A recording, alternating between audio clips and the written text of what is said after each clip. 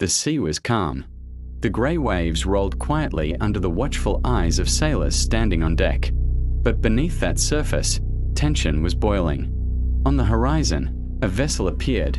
Not just any vessel, but a Chinese warship moving straight toward a United States Navy destroyer. Radios crackled. Orders were given. No one knew what would happen next. But every man on both ships understood one thing: a single wrong move, and the world could be at war. This wasn't a drill. This was the South China Sea, the most contested waters on Earth. And for decades, the United States Navy had sailed here freely, asserting what it called freedom of navigation. But China saw those same waters as its own backyard, its sovereign territory. And this time, it wasn't backing down. What happened that day would echo around the world. Because when China challenged the US Navy, it made a big mistake. But to understand why, we have to rewind. We have to see how the stage for this confrontation was set, through centuries of history, ambition, and power struggles. The South China Sea looks like just a patch of ocean. But it is more than that. Beneath its waves lie vast oil and gas reserves, enough to fuel nations. Its shipping lanes carry 1/3 of the world's trade. Whoever controls these waters doesn't just guard their coastlines, they command global commerce. For centuries, empires have fought for control here. Chinese dynasties drew maps claiming the islands as theirs. European colonial powers carved out footholds. After World War II, the United States Navy took its place as the dominant force in the Pacific, keeping sea lanes open, watching every move, ready to respond. China never forgot. As it grew from a poor, war-torn nation into the world's second-largest economy, it built a navy to match. From rusting coastal patrol boats, it launched sleek destroyers, silent submarines, and even aircraft carriers. And with that power came ambition. Beijing redrew its maps, drawing a sweeping 9-dash line that claimed nearly the entire South China Sea as Chinese territory. The world objected, but China didn't stop. By the 2010s, Beijing was building islands out of reefs, entire military bases rising from the sea, runways, missile systems, harbors deep enough for warships. Each new island a steel fist clenched in the ocean. The United States protested. The world watched nervously, but China pressed on. And then came the confrontations.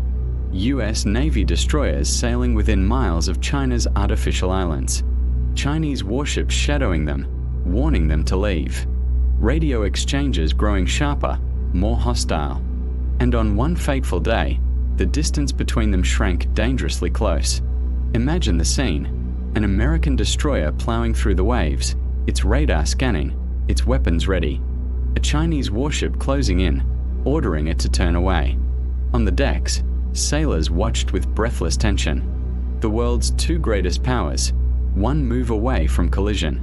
It didn't start here, though. To understand why China made this move, you must look back through centuries of history. Because the South China Sea is not just water. It is memory. For thousands of years, Chinese fishermen sailed these waters. Imperial records from the Ming and Qing dynasties listed islands, reefs, and routes. To Beijing, the South China Sea was not international water. It was ancient inheritance. When foreign powers took Asia by force in the 19th century, carving up colonies and humiliating the once mighty empire, China lost not only land, it lost pride. That loss has haunted it ever since. So when modern China rebuilt its strength, the South China Sea became more than territory. It became a symbol. To give it up would be to admit weakness. To defend it would be to prove that the humiliation of the past was over. But here's the twist. What China calls restoration, the rest of the world calls aggression.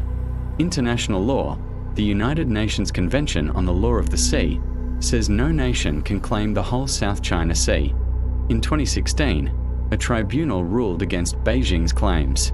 China rejected the verdict, and the US Navy kept sailing. The stage was set.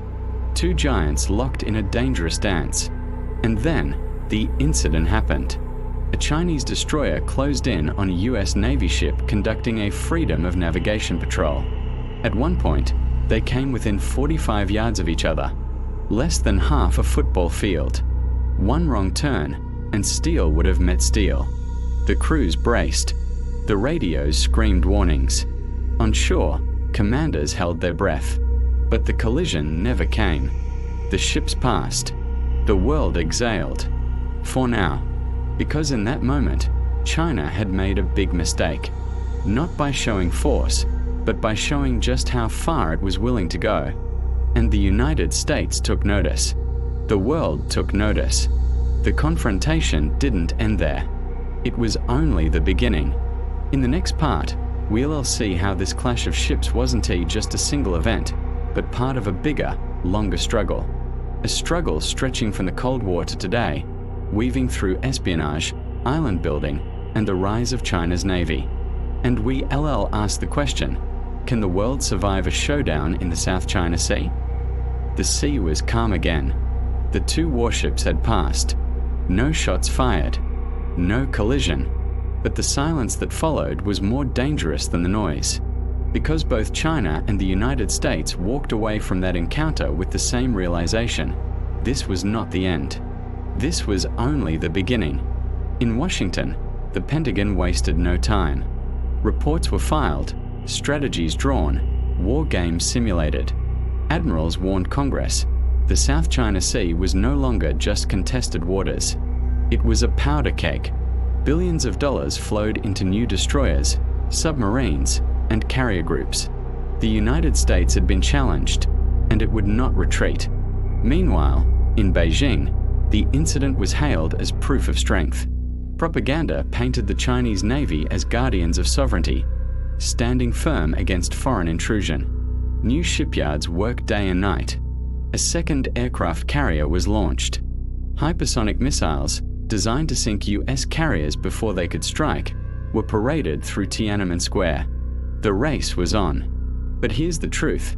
China's challenge had backfired.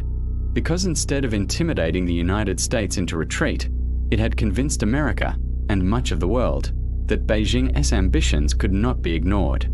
Allies who once hesitated now asked for more US patrols. New defense pacts were signed. Bases were strengthened from Guam to the Philippines. Japan expanded its navy. Australia bought nuclear submarines. The very act meant to assert control had set off a chain reaction that made China's dream of dominance harder than ever. Yet, both sides kept pushing. US destroyers and carriers continued their patrols. Chinese warships and planes shadowed them closer than ever.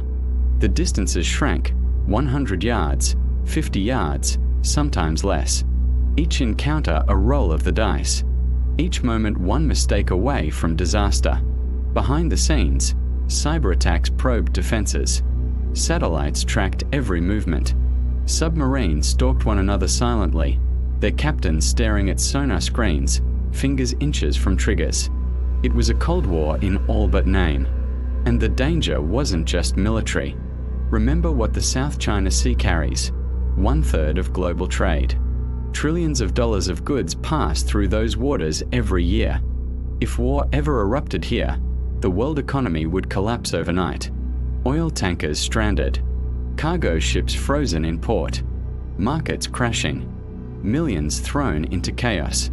This is why the confrontation mattered. Not because a collision happened, but because it almost did. Because it showed how close we are to a war that could change the world forever. Think of the sailors on that US destroyer. Think of the crew of that Chinese warship. Young men and women staring at each other across the waves, knowing they held the fate of nations in their hands. Their commanders watching radar screens. Their governments watching through satellites. And the world holding its breath. One wrong move, and history itself would have split. But China's mistake was larger than a near collision. The real mistake was showing the world how far it was willing to go. Because now, the United States is not sailing alone. Every move Beijing makes is watched not just by Washington, but by Tokyo, Manila, Canberra, and capitals across the world. The South China Sea, once a quiet backwater, is now the stage of a global showdown. So where does this lead? Some say the two sides will keep dancing, close, tense, but never crossing the line. A Cold War of steel and silence. Others fear the line will break.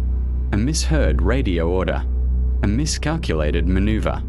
A captain making the wrong decision at the wrong second. One spark, and the fire could spread beyond control. And if it comes to that, no one wins. The United States has unmatched global reach. Its carriers can strike anywhere. Its submarines can launch missiles from the depths. Its alliances form a ring around China. But China has home field advantage. Its missiles, its bases, its radar, all focused on its own seas. If war comes here, the cost will be unthinkable. Ships sunk, lives lost, economies shattered. And yet, both sides continue.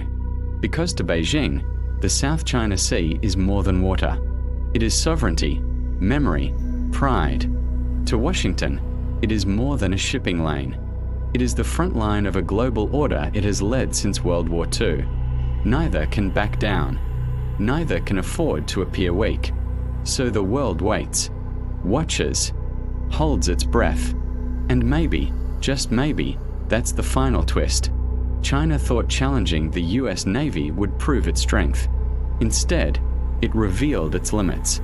It showed the world the danger it was willing to risk, and in doing so, it rallied the very opposition it hoped to divide. The South China Sea remains calm, for now. Waves roll quietly under the watch of radar and satellites. But somewhere out there, another US destroyer cuts through the water. Somewhere, another Chinese warship shadows it, closer and closer. And every sailor aboard knows the truth. The next time, the world might not be so lucky. Because history has shown us one thing. Wars often begin not with plans, but with mistakes. And in the South China Sea, one mistake could change everything. The South China Sea incident wasn't a sudden spark. It was the product of decades, even centuries, of tension simmering just below the surface. To understand why the Chinese warship closed in on a US destroyer that day, you have to trace the story back to a time when the world was divided not just by oceans but by ideology, the Cold War. After World War II, the United States emerged as the supreme naval power. Its fleets patrolled the Pacific, guarding shipping lanes, deterring Soviet expansion, and ensuring that no rival could dominate Asia. American aircraft carriers became floating symbols of dominance, cities of steel that could project power anywhere on Earth. Meanwhile, China was in ruins. Civil war had torn the country apart. By 1949, the communists had taken control of the mainland, while the nationalists retreated to Taiwan. From that moment, the South China Sea became not just a strategic space, but a front line in a struggle that could decide the future of Asia. The US Navy moved quickly to defend its new ally, Taiwan. American warships sailed the Taiwan Strait, daring China to attack. The Cold War had reached the Pacific, and the South China Sea was its beating heart. For years, China lacked the power to truly challenge the United States. Its navy was small, outdated, designed for coastal defense, not ocean dominance. But even then, Beijing's leaders dreamed of something bigger. They watched the US fleets, studied their tactics, and planned for the day when China could sail freely across its blue waters. That day would come, but not yet. First, China had to endure humiliation. In 1974, Chinese and South Vietnamese forces clashed in the Paracel Islands. China seized control of the islands, but the United States, still reeling from Vietnam, did not intervene. In 1988, China clashed again, this time with Vietnam, over the Spratly Islands. Dozens of sailors died. Once again, the US did not intervene directly. Each victory emboldened China. Each step brought its navy closer to the dream of dominance. But the real turning point came in the 1990s and 2000s. China's economy exploded, and with it, its ability to build ships. Where once it had outdated patrol craft, now came destroyers bristling with missiles, submarines capable of striking across oceans, and even aircraft carriers. Beijing called it a modernization. The Pentagon called it something else, a challenge. The US Navy watched carefully. Surveillance planes flew over the region. Submarines prowled beneath the waves. Spy satellites tracked every new ship launched from Chinese shipyards. Both sides knew the South China Sea was no longer just a trade route. It was a chessboard. And yet, the US Navy still believed in its superiority. Its destroyers and carriers were the most advanced in the world. Its sailors the best trained. Its alliances, from Japan to the Philippines to Australia, formed a network China could not easily break. To Washington, Chinese warnings about the South China Sea were bluffs. To Beijing, they were red lines. Then came the island building campaign. In the early 2010s, Chinese dredgers moved into disputed reefs and atolls. In a few short years, they transformed patches of sand into military fortresses, runways long enough for bombers, missile batteries hidden in bunkers, radars scanning hundreds of miles. On maps, they looked like tiny dots. In reality, they were unsinkable aircraft carriers. The US responded with what it called freedom of navigation operations. Warships deliberately sailed within 12 nautical miles of China's new islands, daring Beijing to act. Each time, Chinese warships and planes shadowed them, ordering them to leave. Each time, the US refused. The encounters grew sharper, closer, more dangerous. And then, the incident. It was not random. It was the inevitable result of two powers testing each other's limits. The Chinese warship that moved within 45 yards of the US destroyer wasn't acting on impulse. It was following orders that came from the very top. Beijing wanted to send a message. The era of American dominance was over. But here's where the mistake was made. Because by showing such aggression, China proved exactly what Washington had been warning its allies, that Beijing was willing to risk conflict to control the South China Sea. Countries like the Philippines and Vietnam, long nervous about siding openly with the US, suddenly leaned closer to Washington. Japan increased its defense spending. Australia stepped up naval patrols. The very show of strength that was supposed to intimidate America instead rallied others against China. Yet the danger was not over. For the crews on those ships, the confrontation had been terrifyingly real. In the control rooms, every sonar ping, every radar lock, every shouted order carried the weight of potential disaster. A single miscalculation, a turn too sharp, a command misheard, and the two greatest navies on Earth would have collided. Think of what that would mean. Metal tearing into metal. Missiles armed. Commands rushing up chains of command. The South China Sea erupting in chaos. Neither side wanted it, but both sides were willing to risk it. The standoff ended with no collision. But in that silence, one truth became clear. The South China Sea had become the most dangerous flashpoint on Earth. And it still is. Because the confrontation was not the end. It was a warning. Both sides came away convinced of the same thing, that the next time they would have to be ready. In the final part, we'll see how this near collision changed the future of naval warfare, how both China and the United States have since escalated their preparations, building fleets and strategies for a conflict that neither admits they want, but both fear may be inevitable. And we'll reveal why China's big mistake may have already set the course of history in ways no one can undo.